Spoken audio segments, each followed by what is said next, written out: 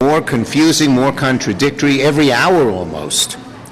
Yesterday, Trump casually claimed, I think the war is very complete, pretty much.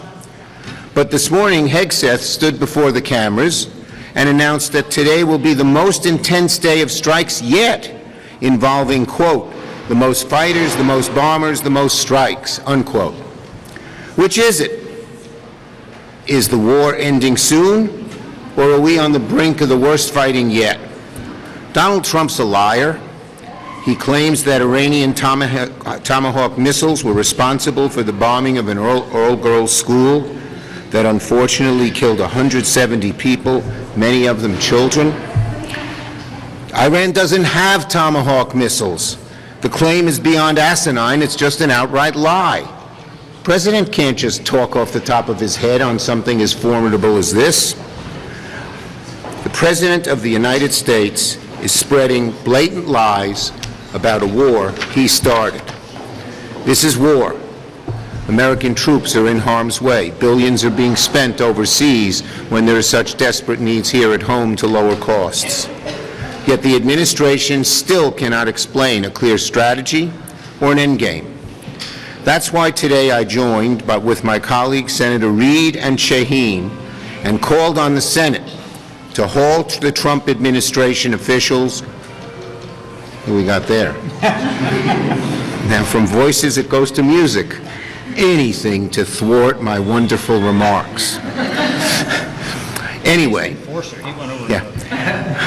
Anyway, I joined today with Senators Reid and Shaheen and called on the Senate to hold Trump administration officials, Rubio, Hegseth, and the rest, to come and answer for their failures and explain to the American people what the hell is going on. That's what people are asking in drugstores and bowling alleys and office buildings.